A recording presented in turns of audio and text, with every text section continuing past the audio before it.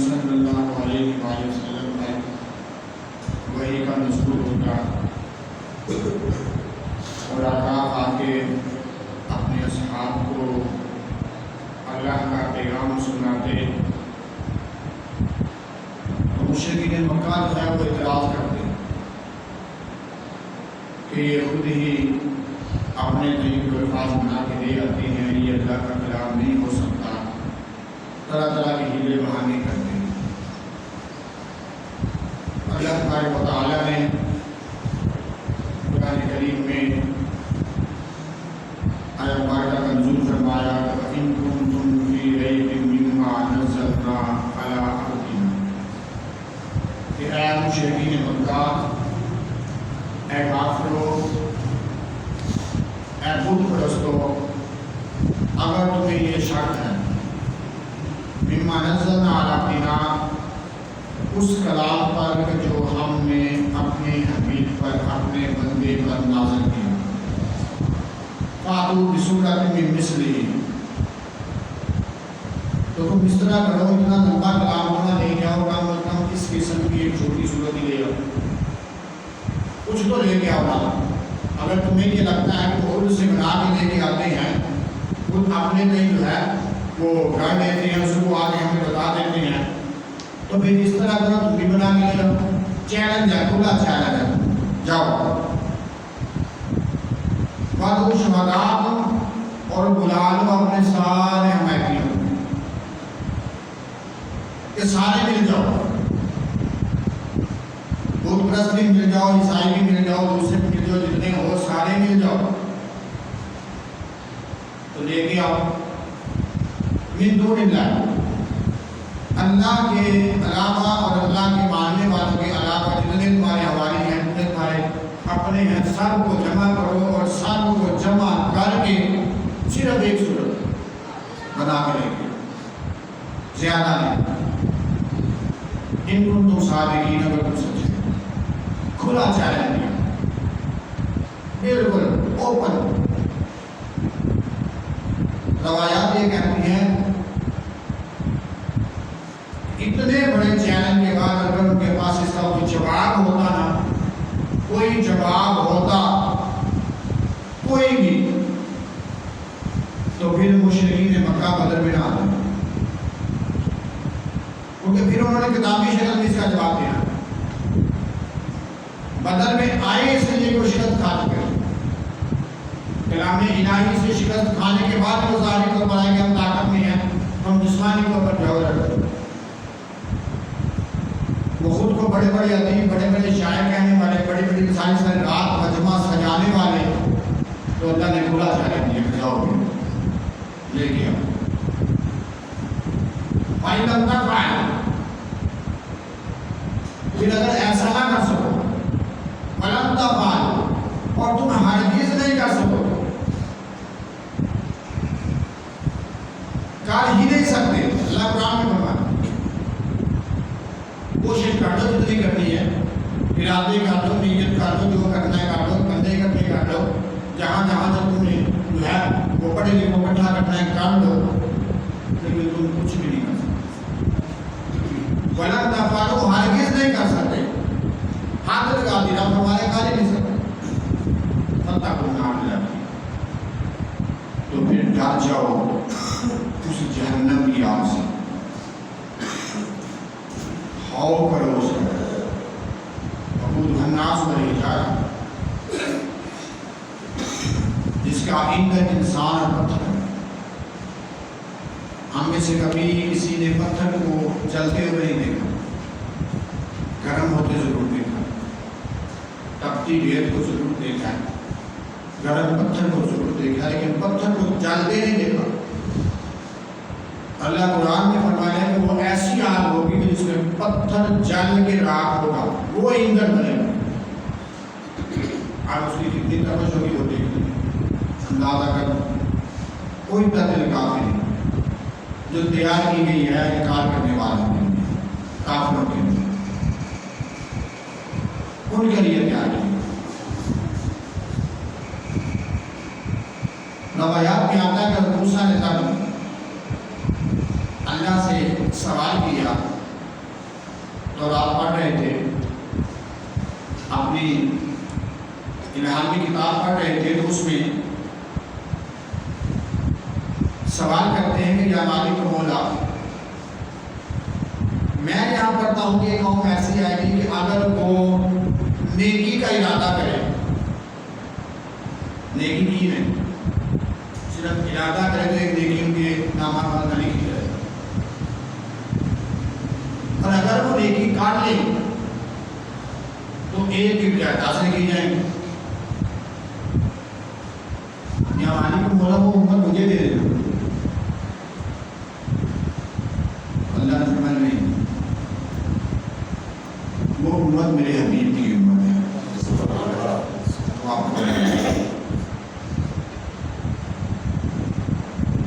پھر سوال کرتے ہیں یا مالک مولا، میں نے پڑھا ہے کہ ایک امت ایسی ہوگی کہ وہ گناہ کا ارادہ بھی کر لیں تو گناہ نہیں لکھا جائے گا، تاں وقتیہ کہ وہ گناہ کر نہ لے، اور اگر کر لے تو صرف ایک لکھا جائے گا، اور اگر اس گناہ کے بعد ندامت میں آ کے توبہ کر لے تو جتنے بھی کیے ہوں سارے کے سارے معاف ہو جائیں گے۔ تو پھر سوال کرتے ہیں کہ یا مالک مولا کو امت مجھے دے دے، اللہ نے فرمایا نہیں، یہ میرے حبیب کی امت ہے۔ اس طرح کے کئی سوال کیے، اب دل میں تجسس پیدا ہوا تو کہنے کہ آگے بات ہی ختم کر دیں، پھر کرتے ہیں یا مالک مولا پھر مجھے اپنے اس حبیب کی امت میں پیدا کر۔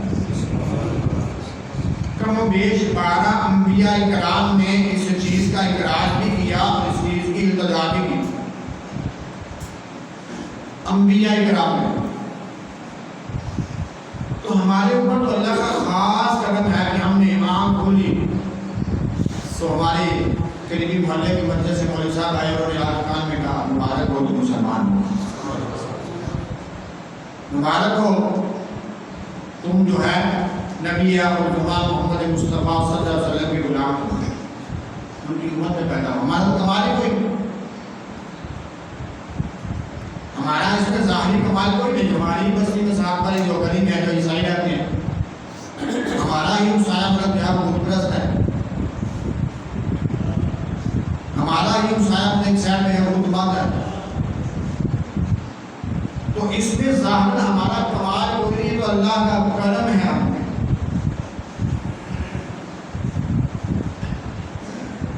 یہ مالک کا خاص کرم ہے ہمارے اوپر۔ تو رب نے ان کافروں کو فرمایا کہ تم کچھ بھی کر دو تم نہیں جا سکتے، تم نہیں جا سکتے۔ فرمایا نبی صلی اللہ علیہ وسلم اس کلام میں جو خاص خوبی وہ یہ ہے کہ اگر کوئی شخص ثواب کی نیت سے ایک حرف پڑھے تو اللہ تبارک و تعالیٰ 10 نیکی عطا فرمائے۔ اور اس کے ساتھ ہی آقا نے وضاحت فرمائی کہ الف لام میم یہ ایک حرف نہیں 3 حروف، 30 نیکیاں، یہ کوئی چھوٹا کام نہیں ہے۔ تھوڑا سا اس چیز کا ہمیں مزاج ماحول بنانا ہوگا۔ آقا صلی اللہ علیہ وسلم کے پاس ایک طرف حضرت ابوبکر صدیق رضی اللہ تعالیٰ عنہ موجود ہیں، دوسری طرف حضرت عمر فاروق رضی اللہ تعالیٰ عنہ موجود ہیں۔ آقا نے سوال کیا ابوبکر میں رات کو گزرا تھا، بڑے دھیمی لہجے میں قرآن پڑھ رہے تھے، رات کے تیسرے پہر بڑے دھیمی لہجے میں قرآن پڑھ رہے تھے، تو عرض کرتے ہیں یا حبیب خدا پتا امی بابی یا رسول اللہ، وجہ یہ تھی کہ میں عشاء کے بعد میری آنکھ لگ گئی اور بعد میں مجھے جاگ گئی، تو میرا دل چاہا تو میں قرآن پڑھنے لگا، پھر خیال آیا کہ ساتھ رہے تو سوئے ہوئے ہوں گے، میری اونچی آواز کی وجہ سے کسی کی نیند خراب نہ ہو، تو میں نے اس وجہ سے دھیمے لہجے میں قرآن پڑھنا شروع کیا۔ حضرت عمر فاروق رضی اللہ تعالیٰ عنہ سے پوچھا کہ عمر آپ بڑے بلند آواز میں جو ہے پڑھ رہے تھے، اب وہ کرتے ہیں حضور میں بھی جب رات کو اٹھا تو قرآن پڑھنے لگا تو دل چاہا کہ میں اٹھ گیا ہوں تو کیوں نہ بلند آواز میں پڑھوں، ہو سکتا ہے میری آواز کی اور بھی اٹھ جائے، تو وہ بھی پڑھ لیں. دونوں کی نیت صاف، دونوں کا ارادہ صاف ہے تو آگے کا دونوں ہی سچے. نبی صلی اللہ علیہ وسلم اللہ کے دسترخوان سے کچھ کھایا کرو. صحابہ نے عرض کی آگے میں خدا آپ کا دسترخوان کون سا ہے؟ میں قرآن کبھی کبھی ماحول بنا کے 2 آیتیں 4 آیتیں 1 رکوع 2 رکوع اس دسترخوان سے کھایا کرو. اس دسترخوان سے کچھ نہ کچھ کھاتے پیتے رہا کرو. یہی وراثت ہے. تھوڑا سا اس چیز کا ہم ماحول پیدا کریں. نبی صلی اللہ علیہ وسلم رمضان اور قرآن یہ 2 چیزیں روزے قیامت بندے کی شفاعت کریں اور اسے جنت میں لے کے جائیں. جب بندے کو پیش کیا جائے گا رمضان پیش ہو جائے گا کہ یا مالک مولا یہ سارا دن شریعت کی حدوں میں رہتے ہوئے بھوکا رہتا تھا، روزے رکھتا تھا، عبادت کرتا تھا، مولا اسے تو میں نے کیا. قرآن اپنی طرف سے سفارش پیش کرے یا مالک عمر جب دنیا سو جاتی تھی تو یہ مجھے پڑھنا شروع کر دیتا. یہ ٹھیک کے پڑھتا تھا نہیں سے لے کے. رمضان بھی سفارش کرے گا، قرآن بھی سفارش کرے گا. اس وقت تک جب تک بندے کی بخشش نہ ہو. اس کی عظمت ہے. نبی صلی اللہ علیہ وسلم اگر کوئی شخص کوئی چھوٹا بچہ قرآن پاک پڑھ لے، حفظ کر لے تو دنیا میں تو اس کی دستاربندی ہونی ہے اور وہ ہوگی، لیکن روزے قیامت اس کے باپ کی دستاربندی ہوگی. اس کے باپ کی روزے قیامت اس بچے کی کہ جس نے دنیا میں قرآن پڑھا ہوگا اس کے باپ کی دستاربندی ہوگی. تاج پوشی کی جائے گی، سونے کا تاج پہنایا جائے گا اور فرمایا جائے گا، بتایا جائے گا یہ دیکھو اس کے بچے نے قرآن یہ آپ نے قرآن. فرمایا نبی صلی اللہ علیہ وسلم پھر اس حافظ کو پیش کیا جائے گا رب کی بارگاہ میں اور اللہ فرمائے گا کہ محمد سے شروع کرو نا پڑھتے جاؤ. ہر آیت کے بدلے 1 درجہ بلند کر دیا جائے گا. تو پڑھتا جا تیرے درجے بلند ہوتے چلے جائیں. وہ پڑھتا چلا جائے گا اللہ درجے بلند کرتا جائے. یہ قرآن کی عظمت ہے. تھوڑا سا ماحول پیدا کریں پڑھنے کا. حضرت عبداللہ بن مبارک ایک درویش گزرے ہیں، کہتے ہیں کہ اس عمر سے پہلے میرے بہت سے ایسے معاملے تھے کہ جو بتانے والے بھی نہیں ہیں. ایسا وہ کہتا ہے کہ میں کسی کے عشق میں مبتلا تھا اور اس کو ملنے اس کے محلے میں گیا. نماز کا وقت ہوا، عشاء کی نماز پڑھی تو ہمارے ساتھ تھوڑی قرات لمبی کر دی اور دل بوجھ اور اتنی لمبی قرات کر دی، تھوڑی لمبی کی تو دل میں کھٹکا آیا کہ ہمارے ساتھ اتنی لمبی قرات کر دی. اب وہاں سے فارغ ہوا جلدی سے تو اپنے مقام پہ پہنچا جہاں میں نے غیر محرم کا انتظار کرنا تھا. کسی چھت پہ تھا، شدید سردی تھی، انتظار کرتا رہا لیکن وہ لیٹ اور میں ساری رات نہیں سویا اس کے انتظار میں کہ آؤں گا اور کچھ نہیں ہوگی، کچھ بات کروں گا، کچھ بات سنوں گا. اور دل میں یہ خیال ہوتا رہا کہ کوئی بات نہیں، مجھے پتہ ہے اس کے گھر میں مہمان آئے ہیں، معاملہ ہے. حتیٰ کہ رات بیت گئی، انتظار میں ہی بیت گئی، ٹہلتے ٹہلتے شدید سردی میں بیت گئی. ادھر شہری کا وقت ہوا تو وہ آئی اور آپ کی معذرت کی کہ بڑی معذرت ہمارے گھر میں مہمان تھے، میں آپ کو ٹائم نہیں دے سکی، آپ کے پاس بیان نہیں سکتی. تو اتنے میں فجر کی اذان ہوئی تو دل میں خیال آیا، دل میں اللہ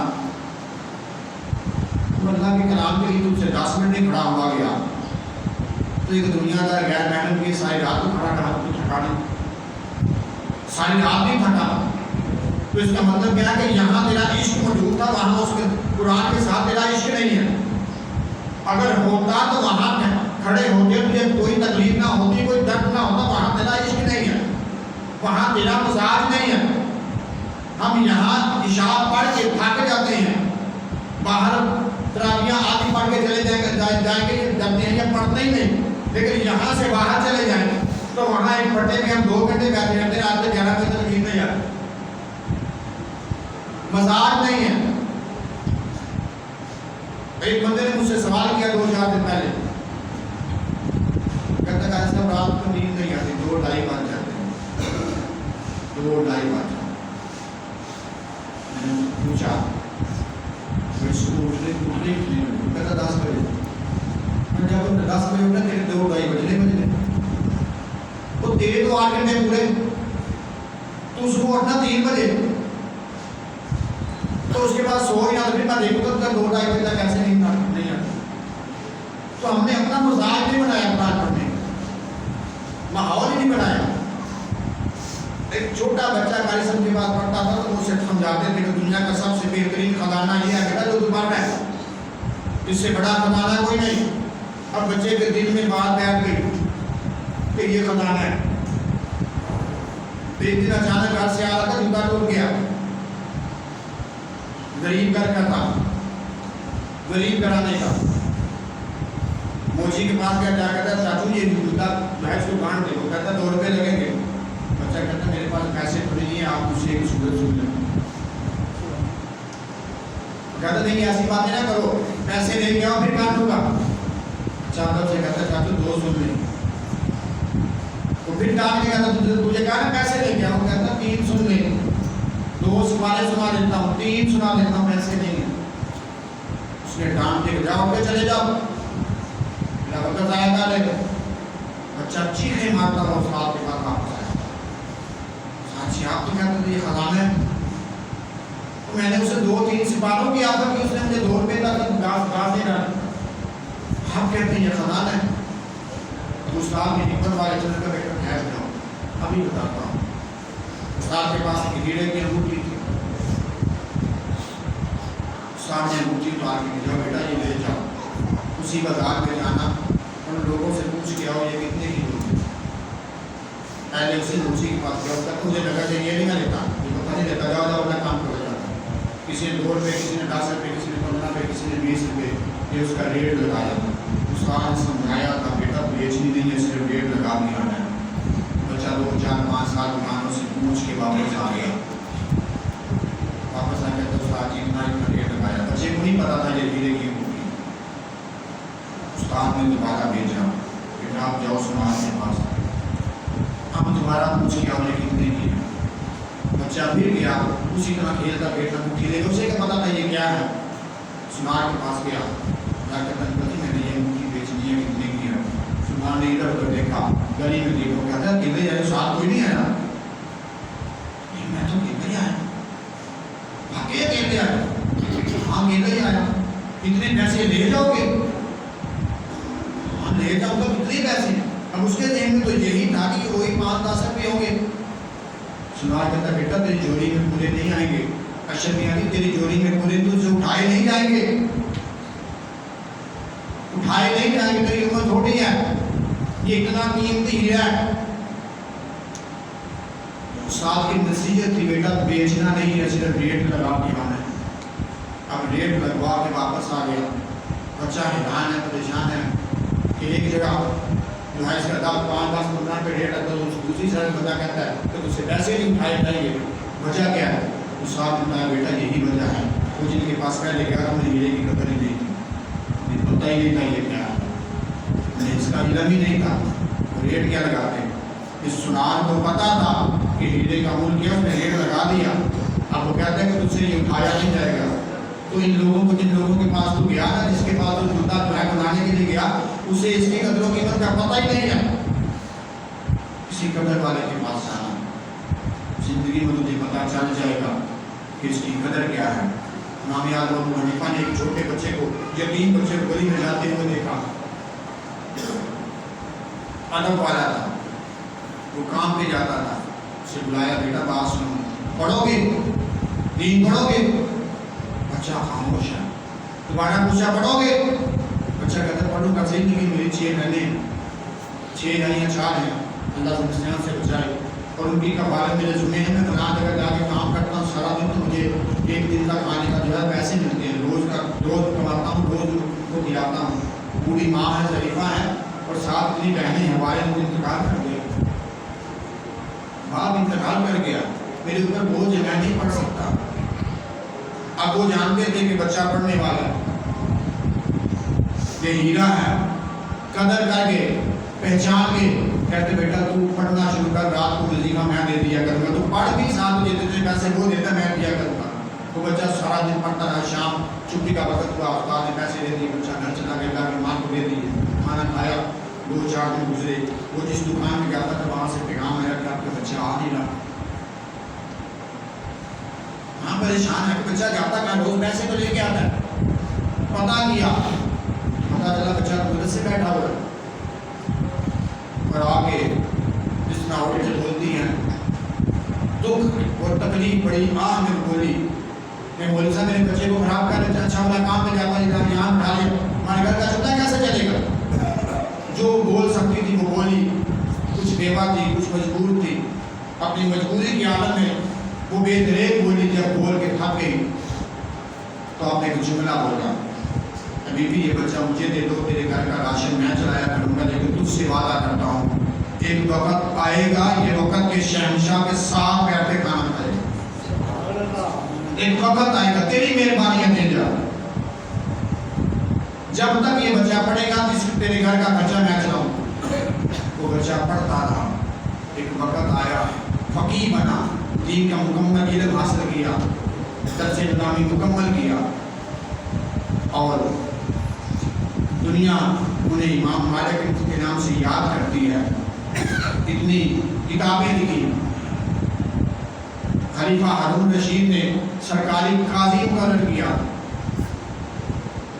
اور قاضی مقرر کرنے کے بعد کھانے کا وقت ہوا، نشست ہوئی. خلیفہ نے کہا حضرت صاحب آپ میرے پاس یا لے کر. قاضی صاحب کو ساتھ بٹھایا، تخت پہ خلیفہ ہارون رشید بیٹھا ہے، ساتھ وہ وقت کا قاضی امام مالک بیٹھے ہیں. کھانا کھانے گیا تو ماں ملنے آ گئی. جب ماں آئی نا اندر تو نظارہ دیکھا تو چیخیں مارنے لگے، چیخ کے روئی کہ وہ مولوی صاحب صحیح کہہ کے گئے. اگر میں اس کو دکان پہ بھیجی تو آج یہ جو ہے یتیم کا یتیم ہی رہتا، بمشکل 2 وقت کی روٹی ہی کما سکتا. لیکن اس وقت مجھ سے کیا وعدہ سچ ہو گیا. وقت کے خلیفہ کے ساتھ بیٹھا ہوا ہے. تھوڑا اس کی قدر کر کے دیکھیں، وہ تھوڑا اس کی عزت کر کے دیکھیں. کم از کم اپنے بچوں میں سے، اپنے اولادوں میں سے ایک دین کے لیے وقت کر کے دیکھیں. اگر آپ یہ چاہتے ہیں کہ روزے قیامت آپ کے سر پہ تاج سجے تو آج اس میں محنت کر کے دیکھیں، تاج سج جائے گا. وہ دن دور نہیں ہے. قرآن کی قدر کر کے دیکھیں. لیکن ہم موبائل پہ 2 گھنٹے لگے نا، ہم تھکتے نہیں ہیں. نماز تراویح کے لیے جب میں سچ بتاؤں تو صرف یہاں 25 بندے ہوتے ہیں رات کو جب نماز مکمل کرتے ہیں. میں نے کل یا پرسوں گنے تھے 1.5 سال ٹوٹل تھی. ہماری ایک سال میں 20 سے 21 افراد آتے ہیں، 4 یا 5 بھی تھے. یہ حال ہے ہمارا، یہ ہماری لگن ہے. ہمارے کسی دوست کا فون آ جائے، کال آ جائے تو ہم 2 گھنٹوں بات کرتے نہیں تھکتے. وہ بندہ جو کہتا ہے مجھے رات کو بدن میں درد ہوتا ہے، مجھ سے نہیں کھڑا ہوا جاتا، وہ صبح 8 گھنٹے کھڑا ہوتی ہے، خراب مشین پہ کھڑا ہو جاتا ہے، وہاں اس سے ہوا جاتا ہے.